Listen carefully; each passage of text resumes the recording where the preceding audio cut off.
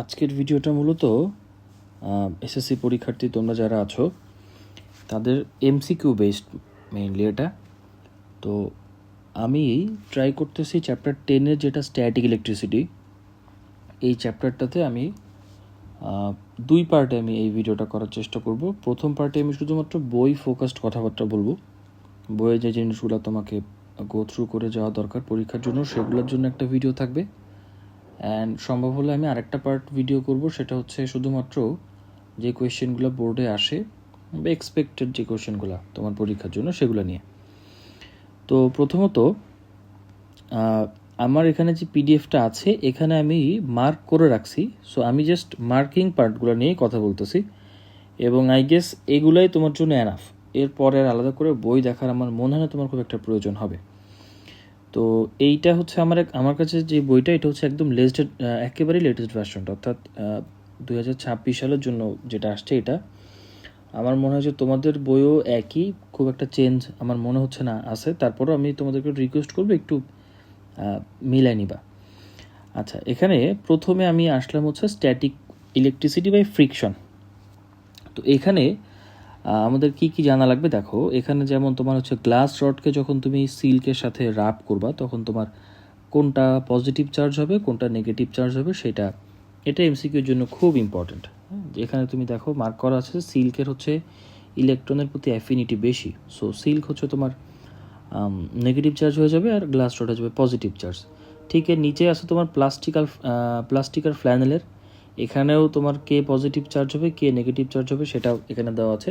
এখানে আরেকটা কোয়েশ্চেন হতে পারে এরকম, আমি যদি একটু এখানে যদি আমি লিখি, কোশ্চেন হতে পারে এরকম, যেমন দেখো এখানে কিন্তু 4টা জিনিসের নাম বলা আছে, গ্লাস, সিল্ক, প্লাস্টিক, ফ্ল্যানেল।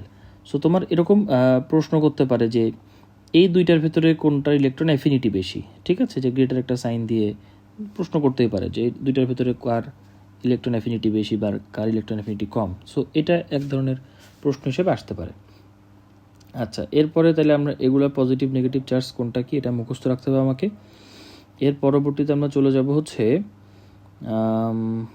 এর পরবর্তী পেজ নাম্বার আমার আসতেছে হচ্ছে পেজ নাম্বার হচ্ছে এখানে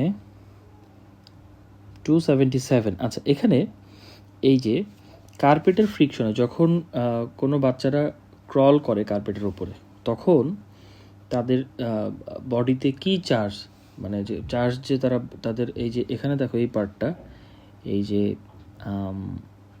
যে hair repulses each other and become straight, তো এখানে কিসের কারণে এই চার্জটা প্রডিউস হচ্ছে? সো এটা হচ্ছে ফ্রিকশনের কারণে, কার্পেটের সাথে ফ্রিকশনের কারণে এখানে চার্জ প্রডিউস হচ্ছে, কিংবা ক্লাউডের ভেতরে যে আমরা চার্জ পাচ্ছি সেইটাও কিন্তু ফ্রিকশনের কারণে।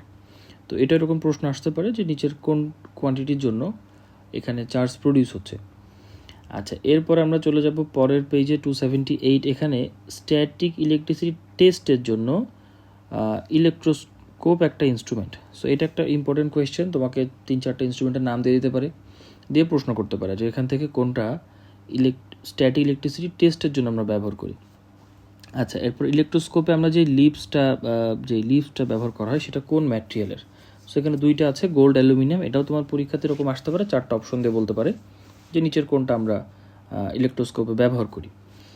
আচ্ছা, এরপরে সেটা হচ্ছে যে তোমার ইলেকট্রোস্কোপে আমরা জানি যে এখানে যে মেটাল প্লেটটা আছে এই গ্যাপটা কমে যাওয়ার বা বেড়ে যাওয়ার উপর ডিপেন্ড করে, ইনক্রিজ বা ডিক্রিজের উপর ভ্যারি করে আমরা হচ্ছে মূলত চার্জের নেচারটা আমরা হচ্ছে আইডেন্টিফাই করি, কী ধরনের চার্জটা এখানে ব্যবহার হচ্ছে সেটা আমরা আইডেন্টিফাই করি।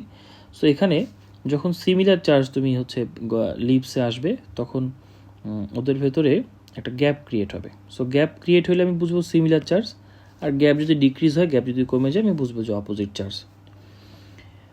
এখানে ডিটারমাইন দ্য নেচার অফ চার্জে এখানে ওরা হচ্ছে একটা পজিটিভ চার্জের এক্সাম্পল দিছে, সো এটা তুমি একটু পড়লে বুঝতে পারবা।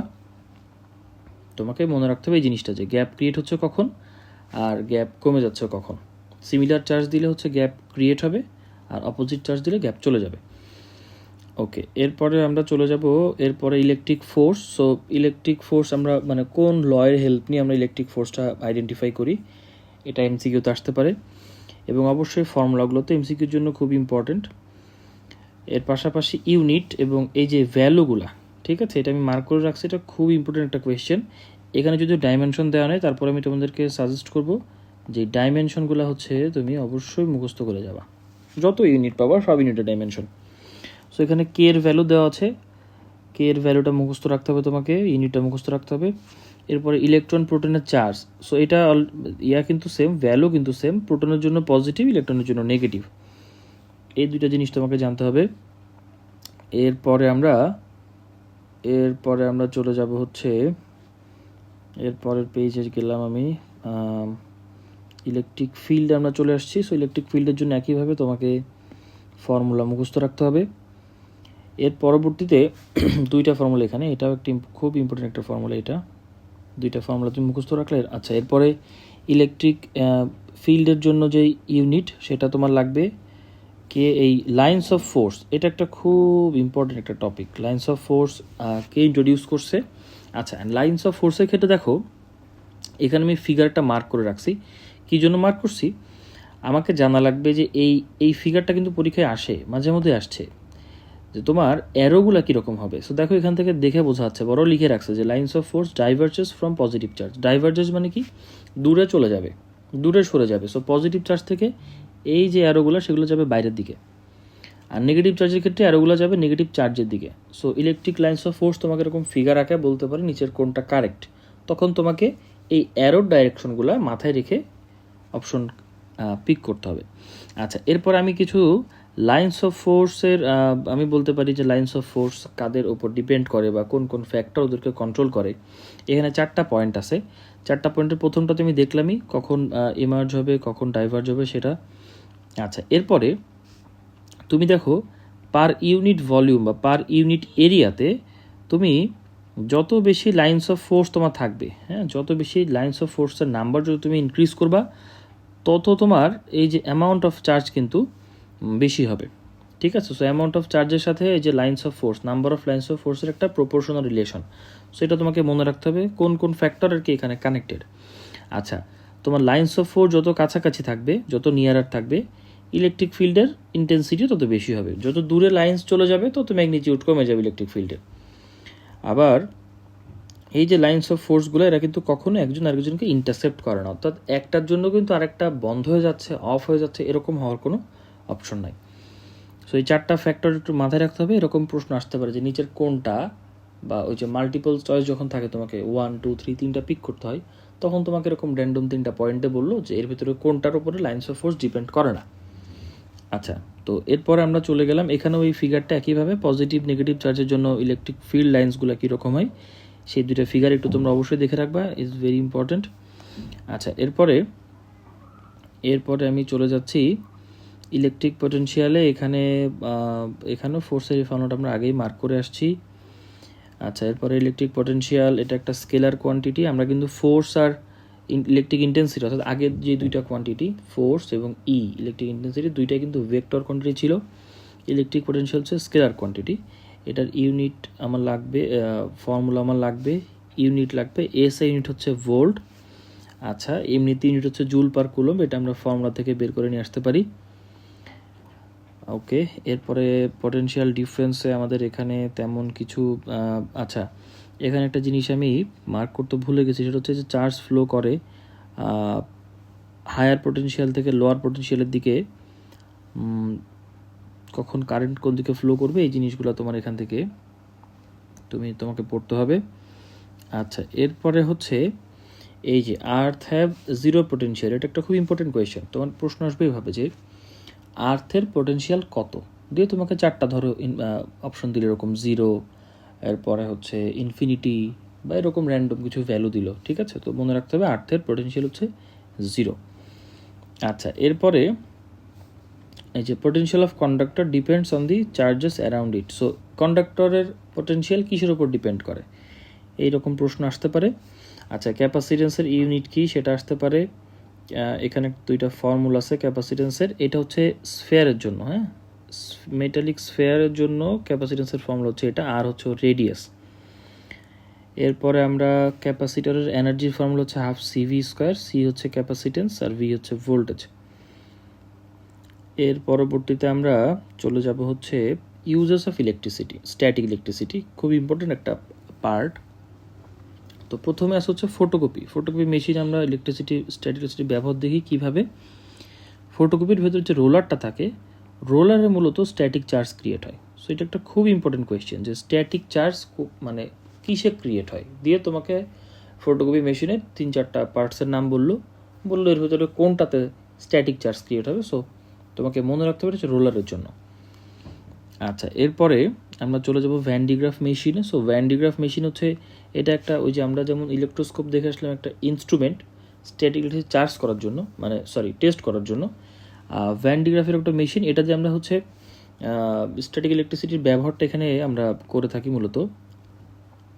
এটা আচ্ছা, এটা আমি মার্ক করছি হচ্ছে তোমার এই যে এলিমেন্টগুলোর জন্য। তোমাকে একটু এই ভ্যান ডি গ্রাফে কী কী পার্ট আছে তোমাকে এটা একটু মাথায় রাখতে হবে। এরকম প্রশ্ন আসতে পারে, 3টা অপশন দিয়ে বললো যে এর ভিতরে কোনটা ভ্যান ডি গ্রাফ মেশিনে আমরা ব্যবহার করি। তো তখন তুমি যদি 4টা তোমার মাথায় থাকে, সো তুমি সহজে আনসার করতে পারবা। আচ্ছা, ভ্যান ডি গ্রাফে আচ্ছা, এই যে মেটালিক স্ফেয়ারের potential is equal to the, আচ্ছা এটা খুব ইম্পর্টেন্ট একটা ইনফরমেশন। সেটা হচ্ছে স্ফেয়ারের ক্ষেত্রে কিন্তু পোটেনশিয়ালটা সবসময় হবে হচ্ছে সারফেসের পোটেনশিয়ালের সমান। ঠিক আছে, মেটালিক স্ফেয়ারের ক্ষেত্রে ওর পটেনশিয়াল হবে অলওয়েজ সারফেসের পটেনশিয়ালের ইকুয়াল। আচ্ছা, এরপরে আমরা চলে গেলাম নিচে ইলেকট্রনিক্স। আচ্ছা, এগুলো কিন্তু সব আমরা দেখতেছি হচ্ছে uses. Van de graph machine আমরা স্ট্যাটিক ইলেকট্রিসিটি ইউজ করি, ফটোকপিতে ব্যবহার করি, ফুয়েল ট্রাকে ব্যবহার করি, ইলেকট্রনিক্সে ব্যবহার করি। ইলেকট্রনিক্সে আমাদের এখানে আইসি এর এক্সাম্পল আছে। আইসি হচ্ছে ইন্টিগ্রেটেড সার্কিট। আচ্ছা, আইসিতে একটা কোয়েশ্চেন আছে এরকম, দেখো আমি আমার একটা চোখে এরকম কোয়েশ্চেন একবার পড়েছে যে কোন ইনস্ট্রুমেন্ট বা নিচের কোন স্পেসিফিক কোনটাকে টাচ অফ এ হ্যান্ড, মানে হাতের টাচে কোনটা নষ্ট হতে পারে। তো অপশনে ওরকম আইসি ছিল বা আরও কয়েকটা কম্পোনেন্টের নাম ছিল। তো আইসিটা হচ্ছে তোমার জেনে রাখতে হবে। ইলেকট্রনিক্সে গেল। আচ্ছা, লাইটনিং অ্যারেস্টারের জন্য আমার ইলেকট্রিসিটি আমরা ব্যবহার করি, ইলেকট্রিসিটি। সো এই যে দেখো, এই যে ক্লাউড একটা হতে পারে লোয়ার, একটা হতে পারে হায়ার। তো হায়ার ক্লাউডসে থাকে হচ্ছে পজিটিভ চার্জ। ঠিক আছে, এটা একটা ইম্পর্টেন্ট ইনফরমেশন।